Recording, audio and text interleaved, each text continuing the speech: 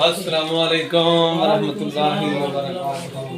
अच्छा क्या हाल है जनाब, खैरियत है, ठीक हो?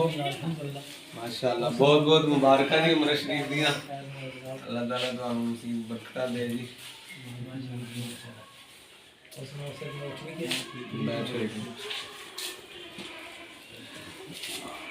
और जनाब कैसा सफर रहा? माशाअल्लाह। अच्छा, दुबई तो फिर गए हो उम्र शरीफ? कितने दिन रहे हो उत्थे? उत्थे रहे जे 8-9 दिन लगे उत्थे। अच्छा हाँ, 10 दिन होने लगे, 10 दिन लगे जी। क्योंकि एक दिन उत्थे आगे निकलना जी मक्के मार के उस दिन एक दिन उत्थे बैठे हुए चले हैं 10 बल्लभ बाल जी। माशाअल्लाह, सुभान अल्लाह। देखो ना जी, दुनिया शायर कहता है उस दुनिया के सफरां नूं बंदा अक भी ते जांदा है, पर सफर मदीने दा हर वार बड़ा सोहना। सुभान अल्लाह। मदीना तैयबा दा जेड़ा सफर है वो जदों भी करो ते सोहना ही करो। अल्हम्दुलिल्लाह। ते नबी पाक सल्लल्लाहु अलैहि वसल्लम दे रोज़े दी क्या बात बाल दे सारे। और फिराए गोल्डा पी नसीरुद्दीन नसीर रहमतुल्लाह अलैह फरमाए कि नसीर अपनी कोशिश नहीं काम आती, बुलाते हैं खुद ताजदार मदीना। सरकार खुद बुलाते ने ते करम होंदा, वरना ना बंदा पैसे ना जा सकता। पैसे ना नहीं जाता, पैसे इतने लोगों में अन्य क्या है ना जी। जिन्ना मैं तो कि हाँ तू जहाँ ना झूठ मारने का है ये लोगों को नोट में लेकिन वो खर्च नहीं करते जी बिल्कुल।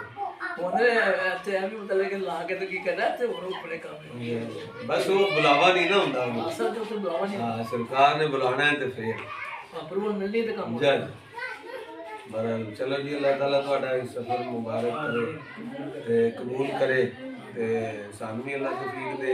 आमीन। अल्लाह पाक ने बार-बार भी जब मैं आपसे बैठ के दुआ की थी हम फोन पे मुलाकात हुई, दुआ की थी इंशाल्लाह। उसे हरम पाक देगी। अच्छा,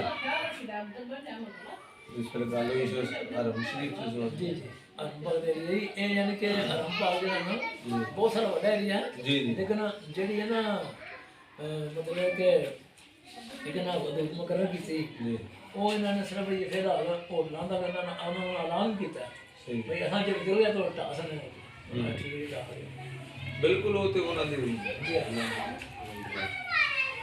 चलो कैसे टास नहीं ये तो भाग ने ऐलान किया इतने भी किया मके भाग उन्होंने कहा जब से होटल में आया ना हम जब जगह बोल सकते बिल्कुल वो लगा ठीक है जी जो तुम छाड़ दो।